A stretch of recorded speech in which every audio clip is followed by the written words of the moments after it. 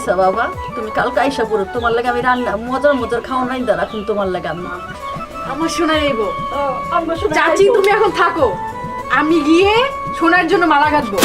আর তোমার হাসুন লাগবো না, তুমি বাজারে যাও জলদি, বড় একটা মাছ আনো আর গরুর গোশত লেহ, আমি শোনাই লেগে রান্না করবো।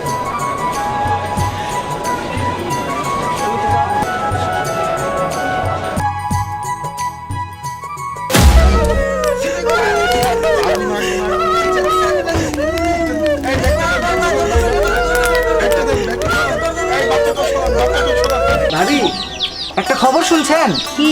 মাত্র বাজারে খবর দেখে আসলাম টিভিতে, ঢাকায় নাকি ট্রেনে আগুন লাগাই দিছে।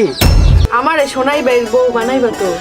এখনো তুই বাচ্চা গমত আছে, এখনো তুই বড় হস নাই, আমার সোনার বই তেলে আর একটু বুদ্ধি লাগবো। বাজারে মাত্র টিভিতে খবর দেখাইলাম, ঢাকায় নাকি ট্রেনে আগুন লাগাই দিছে। কি কও তুমি?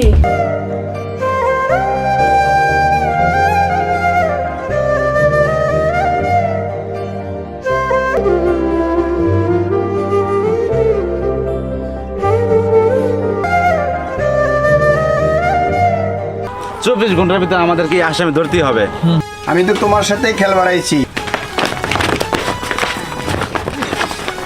এই নিয়ে চলো। 3,000 টাকা দিয়ে বলছে ওই ট্রেনে আগুন দিতে, আমি ট্রেনে আগুন দিয়ে দিচ্ছি।